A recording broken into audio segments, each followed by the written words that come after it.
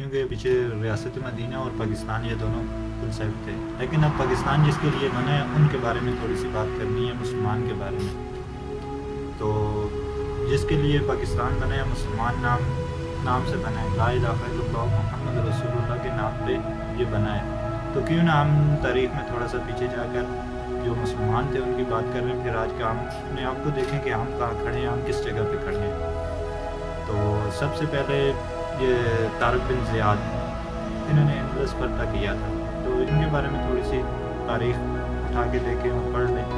میں نے تھوڑا سا پڑھا ہے تو اس میں مجھے بہت ہی اچھا لگا ہے۔ تو طارق بن زیاد اور یہ 2-3 اندلس میں ایک اور وہ تھا، جرنیل تھا اس ٹائم، صدر تھا اس کا، اور ایک دوسرے یہ جو جنگ شروع ہوئی تھی خالد کے ساتھ، خالد طارق بن زیاد کے ساتھ جو ہیلپ کی تھی نا، وہ ان کی اپنی مجبوری تھی۔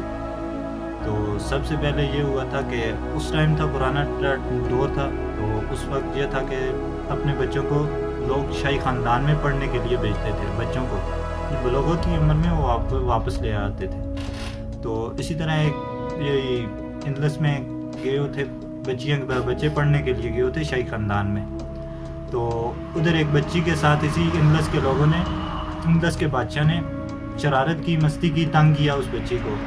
تو اس کا والد دوسرے ایریا جنوبی افریقہ کا تھوڑا سا علاقہ تھا، اس کا وہ بادشاہ تھا۔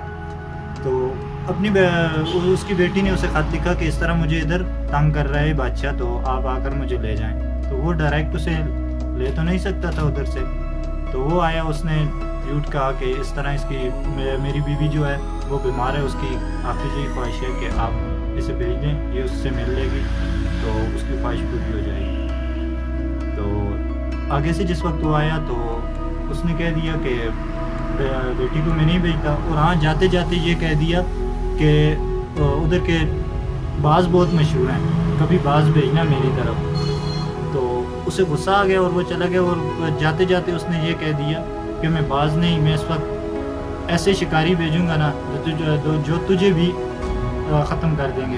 اور چلا گیا اسی غصے میں، گیا اسی سوچ میں، ادھر بیٹھا رہا، سوچتا رہا کہ کیا کروں۔ تو اتنے میں اسی کے ایریا سے تھوڑا سا دور ایک اور علاقے میں مسلمانوں نے فتح کیا تھا، وہ ادھر کے رہتے، ادھر تھے طارق بن زیاد، فوج کے جرنیل تھے۔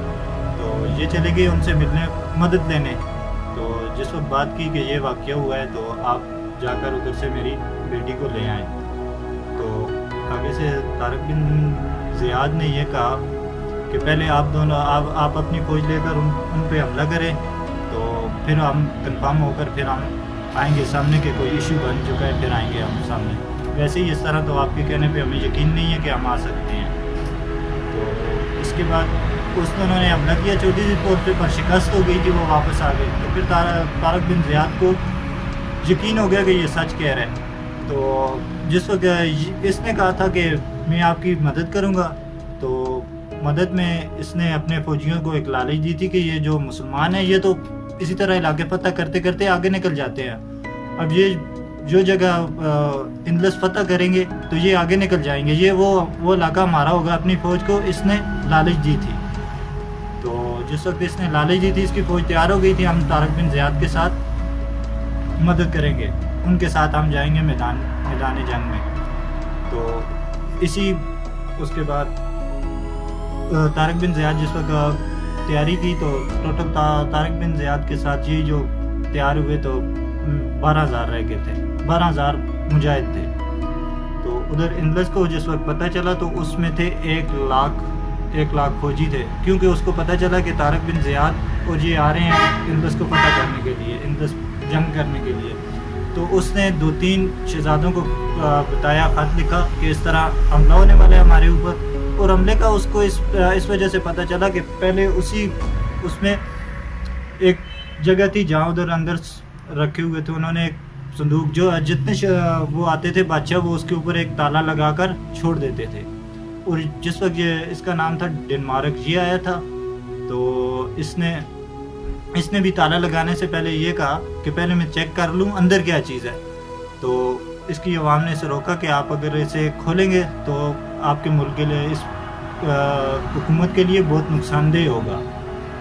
تو اس نے کھولا، چیک کیا، اور اندر جا کر جس وقت اس نے صندوق کھولا تو اس کے اوپر ہیرے جواہرات اوپر تھے، لیکن اندر جس وقت اس نے کھولا تو اندر تصویریں تھیں، اور تصویریں ایسی تھی کہ جس طرح وہ گھوڑوں پہ سوار اور تلواریں ان کے ہاتھ میں تھیں۔